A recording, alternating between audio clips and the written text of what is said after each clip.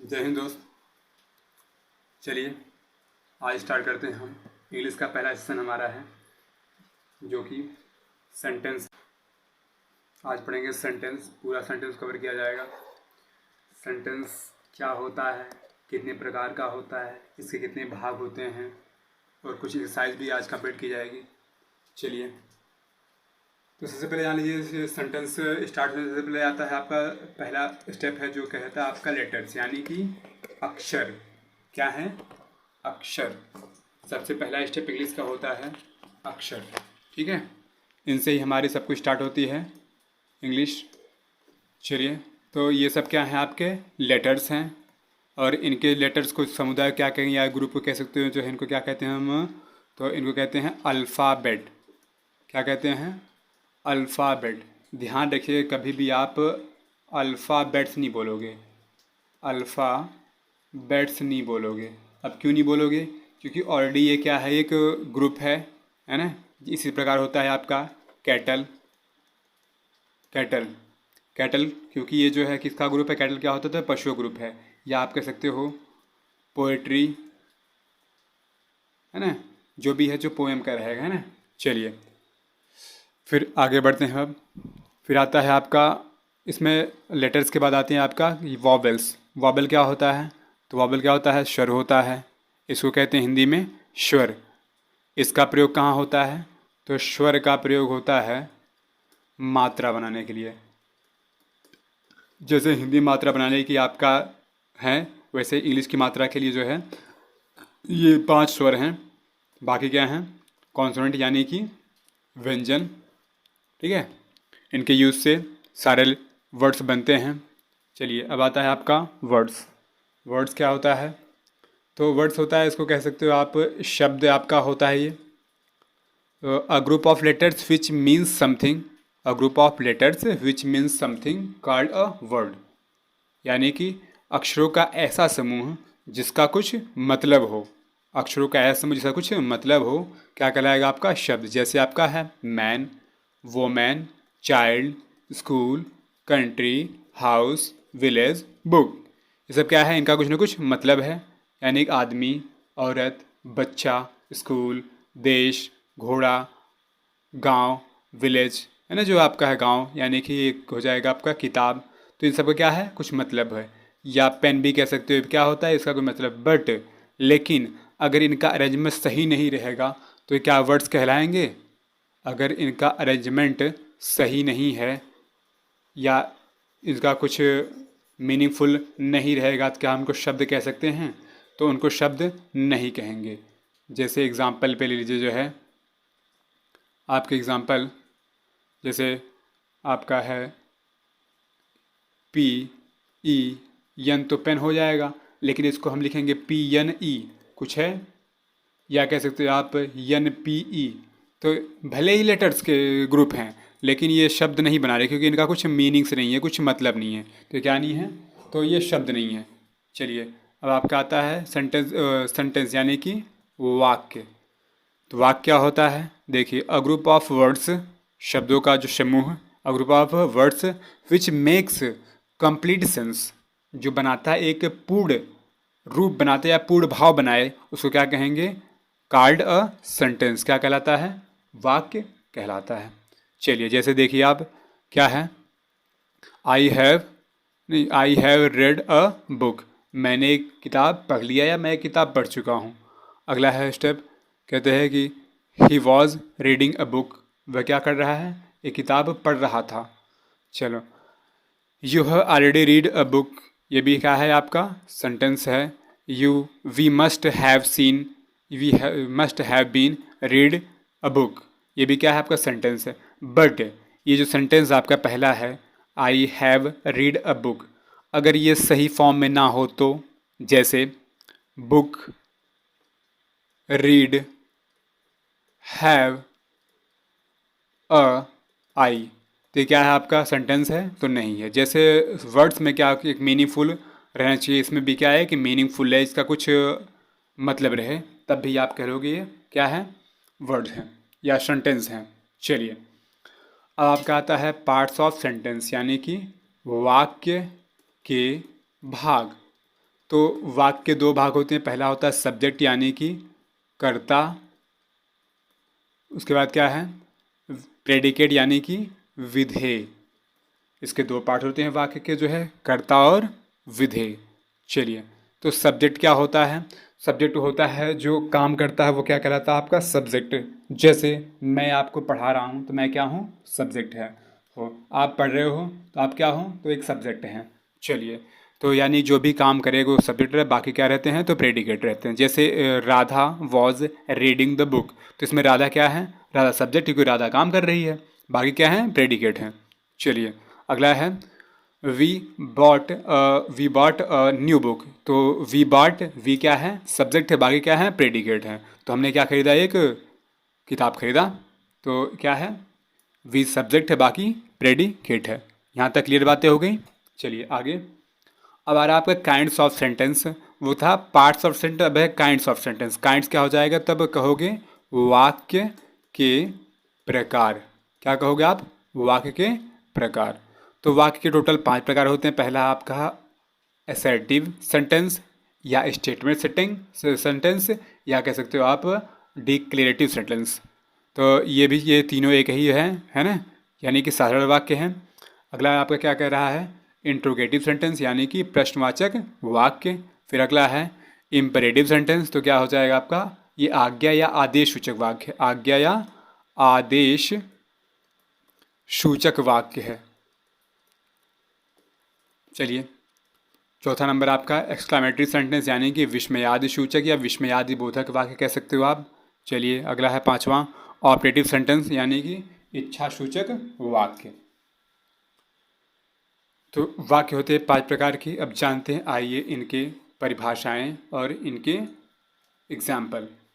चलिए, पहला आपका है एसर्टिव सेंटेंस या स्टेटमेंट या डिक्लेरेटिव सेंटेंस। तो कह रहा है कि declarative sentence simply makes a statement or expresses an opinion. ये जो आपका सकारात्मक साधारण वाक्य होते हैं ना, ये सिर्फ आपको एक वक्तव्य बताएंगे कि जो है राय देंगे, या तो ये जो है एक बात बताएंगे। जैसे he is going to school, ये क्या बताए? कुछ बात बता रहा है या कुछ चीज़ें बता रहा जो है। अगला क्या है? आई एम टीचिंग यू, ये भी क्या बता रहा है कि आपको कि मैं पढ़ रहा हूँ, बात खत्म। आगे देखो, अगला है कि एसर्टिव सेंटेंस के 2 प्रकार होते हैं। पहला आपका अफर्मेटिव सेंटेंस, दूसरा क्या है आपका? Negative sentence. अफर्मेटिव क्या होता है? तो इसको कहोगे आप सकारात्मक वाक्य। अब ये क्या आपका होता है? तो नकारात्मक वाक्य, नकारात्मक वाक्य। चलिए, सकारात्मक वाक्य क्या होता है? तो कहोगे आप, इसकी डेफिनेशन है कि an affirmative sentence provides positive statement, यानी कि जो सकारात्मक वाक्य रहेगा वो आपको सकारात्मक सूचना बताएगा। जैसे I am going to school, मैं स्कूल जा रहा हूँ, तो ये क्या है? आपको सकारात्मक सूचना है। सी डिड दिस वर्क, ये क्या है? सकारात्मक सूचना है। आई टीच यू, मैं तुम्हें क्या पढ़ाता हूँ, तो ये क्या है? सकारात्मक सूचना है। या आप पढ़ते हो, सकारात्मक है। चलिए, यहाँ तक बात क्लियर, सकारात्मक सूचना कोई दिक्कत नहीं है। चलिए, अगला है आपका नेगेटिव सेंटेंस। तो negative sentence provides negative statement, just उसी का उल्टा है। ये सकारात्मक बताया, ये वाला नकारात्मक बताता है। तो कहते हैं कि I am not going to school, ये जो है आपका I am not going to school, और she did not do this, तो ये सब क्या है? नेगेटिव हैं। या इसमें आपको नॉट मिलेंगे देखने के लिए, और क्या मिलेगा? नो देखने को मिलेगा। नॉट अर्थ तो क्या होता है? नहीं, और जबकि नो का क्या होता है? तो कोई डॉट डॉट नहीं। जैसे मेरे पास कोई किताब नहीं है, तो बोलूँगा मैं मेरे पास कोई किताब नहीं है, तो बोलूँगा I have no book, I have no book. ठीक है, चलिए आगे। अब आपका आ रहा इंट्रोगेटिव सेंटेंस। इंट्रोगेटिव सेंटेंस, चलिए, ये क्या होता है आपका? प्रश्नवाचक वाक्य। ये क्या कहते हैं? इंट्रोगेटिव सेंटेंस आस्क क्वेश्चन, ये क्या करते हैं? प्रश्न पूछते हैं या सवाल करता है। पहले ये भी दो प्रकार का होता है। पहला आपका है yes or no answer type. ये क्या होता है कहोगे? तो ये होता है, जैसे नहीं कहते हैं कि जो हाँ या ना में उत्तर देने वाला। मैं कहूँगी इससे क्या तुम स्कूल जाते हो, तुम कहोगे हाँ या ना। पूछा जाएगा क्या तुम स्कूल जाते हो, जाते रहोगे बोलोगे हाँ, नहीं जाते हो बोलोगे नहीं। इसलिए कहा गया इसका नाम yes or no answer type. ये स्टार्ट विद हेल्पिंग वर्ब, किससे शुरुआत होता है? हेल्पिंग वर्ब से, यानी कि सहायक क्रिया शुरुआत होता है। इसके स्ट्रक्चर क्या बन सकते हैं, helping verb, subject, main verb और ऑब्जेक्ट, जो भी कुछ होगा।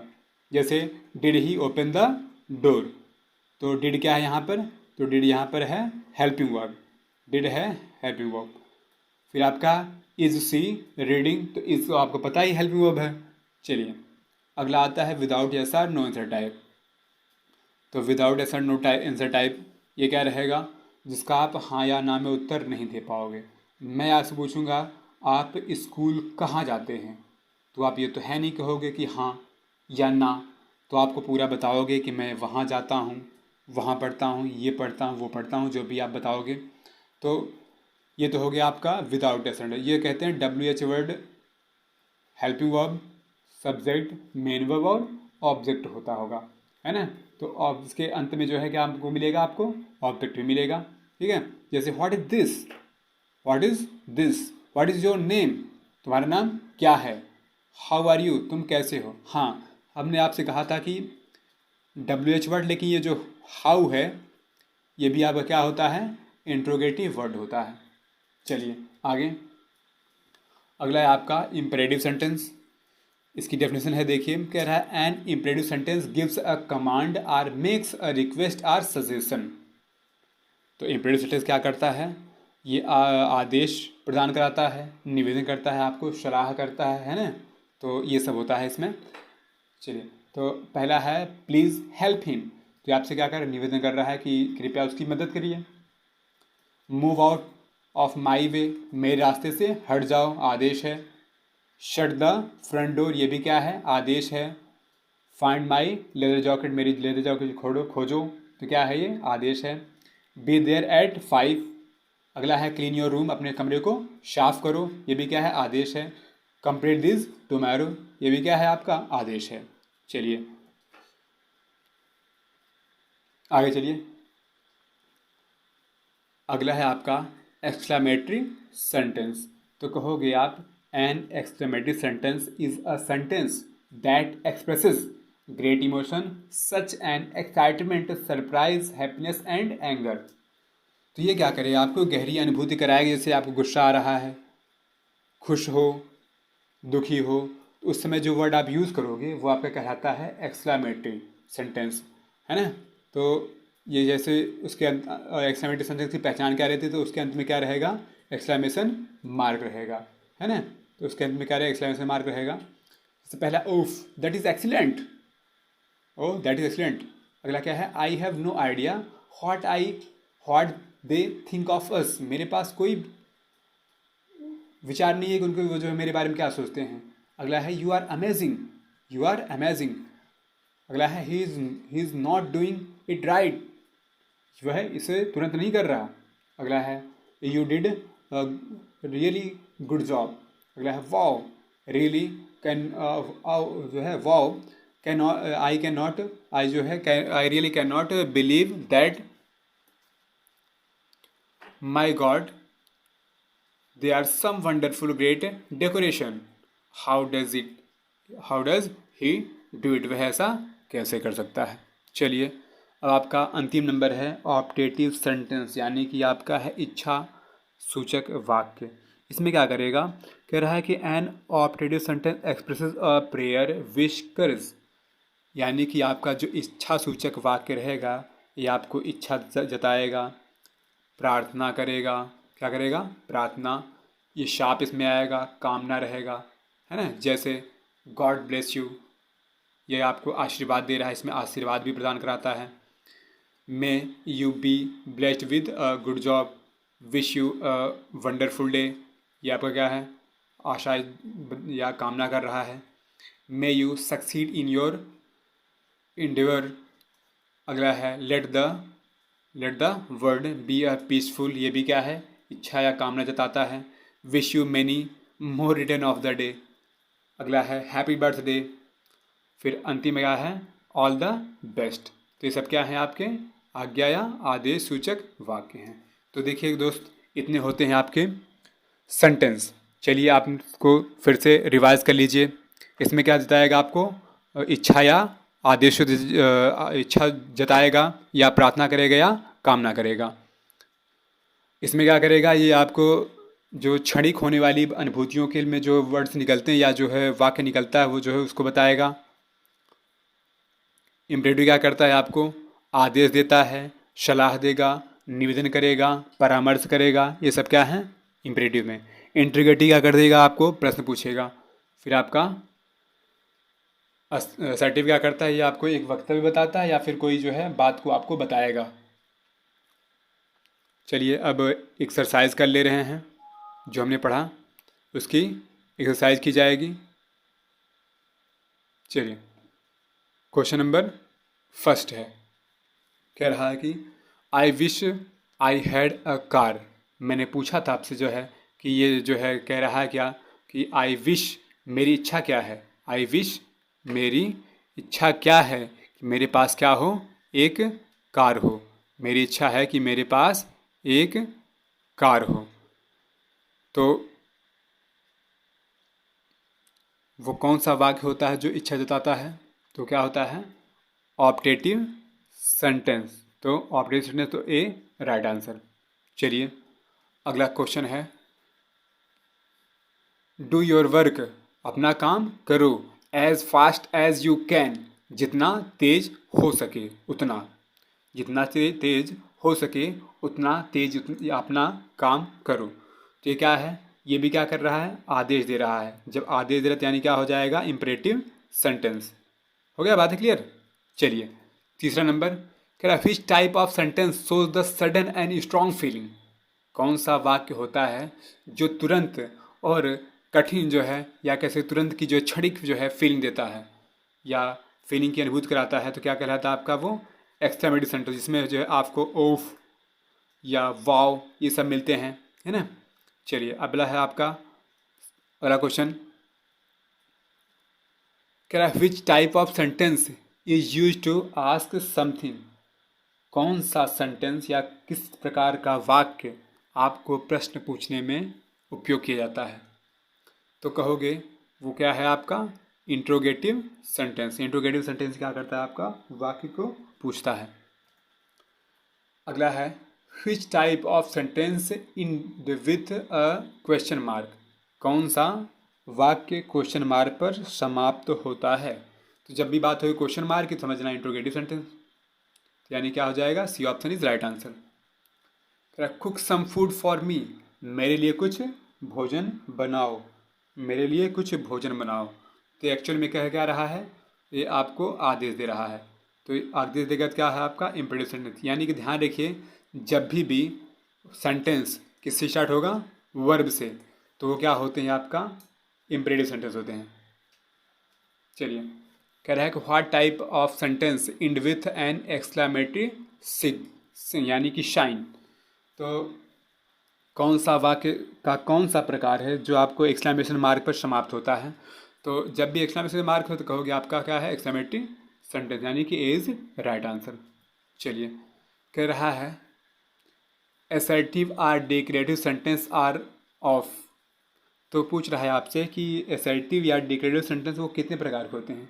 तो अभी जस्ट आपको बताया कि वो कितने प्रकार होते हैं, वो दो प्रकार। कौन कौन से, तो बताओगे आप अफर्मेटिव और नेगेटिव, अफर्मेटिव और नेगेटिव। चलिए नेक्स्ट क्वेश्चन कह रहा है कि which of the following is an example of negative. पूछ रहा है आप बताइए इन चारों में से कौन सा है जो नेगेटिव सेंटेंस है। हमने भी आपको बताया था कि नेगेटिव क्या मिलते हैं आपको, नो मिलेगा, नॉट मिलेगा, या तो नो मिलता है या नॉट एनी मिलेगा। तो ये सब क्या है आपके नेगेटिव। तो इसमें क्या है, सी में नॉट है, तो क्या है सी इज राइट आंसर।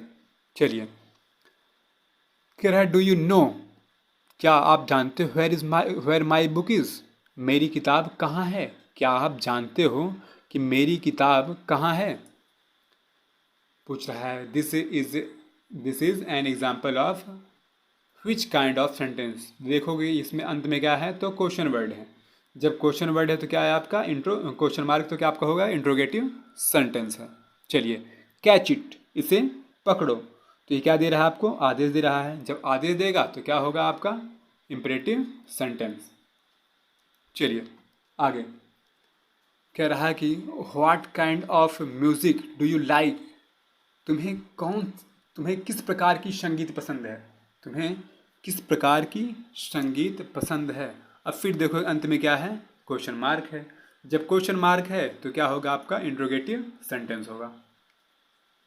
चलिए आगे, कह रहे wow you are looking fantastic. Wow you are looking fantastic. अब देखो इस सेंटेंस में देखो तो ये क्या है, आपका एक्सक्लेमेशन मार्क है। जब एक्सक्लेमेशन मार्क रहे तो क्या कहोगे आप, एक्सक्लेमेटरी सेंटेंस। चलिए आगे, why are you so scared of me. Why are you so scared of me. अब देखिए इस सेंटेंस में क्या अंत में, तो इस सेंटेंस में क्या है, आपका क्वेश्चन वर्ड है। जब क्वेश्चन वर्ड है तो क्या आपका रहेगा, इंट्रोगेटिव सेंटेंस है। Respect your elders. Respect your elders, बड़ों का सम्मान करो। तो ये क्या आपको आदेश दे रहा है, या तो सुझाव या सलाह दे रहा है। जब भी ऐसी बात आती है तो यार जो है हमने अभी बताया आपको कि जब भी आपका ये वर्ब से स्टार्ट होगा सेंटेंस, जब भी सेंटेंस आपका वर्ब से स्टार्ट होगा तो सिंपल सी बात क्या रहेगी, वो इंपरेटिव सेंटेंस रहेगी। आगे कह रहा whom did you see yesterday. Whom did you see yesterday, तुमने कल किसको देखा। तुमने कल किसको देखा। तो यहाँ पर जो देखिए अंत में तो क्या है, आपका क्वेश्चन मार्क है। तो ये क्या है, आपका इंट्रोगेटिव सेंटेंस है। तो ये आपका इंट्रोगेटिव सेंटेंस हो गया। चलिए 80 number, please grant me a loan. Please grant me a loan. तो ये लोन के लिए क्या कर रहा है, प्रार्थना कर रहा है। तो हमें पता है जब प्लीज़ से स्टार्ट होगा, अभी जस्ट सिखाया आपको कि प्लीज़ से स्टार्ट होगा तो क्या होता है, वो कौन सा, तो होता है आपका इंपरेटिव सेंटेंस। चलिए क्या है, do not run in the sun. Do not run in the sun, धूप में मत दौड़ो। तो ये आपको क्या कर रहा है, मना कर रहा है। यानी कि आपको आदेश दे रहा है या सलाह दे रहा है, जो भी रहे, तो ये आपको मना कर रहा है। तो आपका क्या है, इंपरेटिव सेंटेंस है। चलिए आज का अंतिम क्वेश्चन देखते हैं। कह रहा विच वन इज़ करेक्ट। इनमें कौन सा करेक्ट है, कौन सा सही है। चलिए पहला कह रहा है डू नॉट टच इट। दूसरा है डिड नॉट टच इट। पहला है do not touched it and none of above. देखिए कभी भी ध्यान रखिए कि जब भी आपका डू रहेगा उसके बाद नॉट रहेगा, इसमें क्या है, थर्ड फॉर्म वर्ब की थर्ड फॉर्म नहीं होती, इसलिए क्या है, ये गलत है। Did not touch it. Did not touch it, जबकि आपको पता है कि इंपरेटिव सेंटेंस में वर्ब की सेकंड फॉर्म से स्टार्ट नहीं होती। तो पहला क्या है, डू नॉट टच इट। चलिए मुझे आशा है कि आपको इतनी सारी चीज़ें समझ में आई हुई। बाकी कल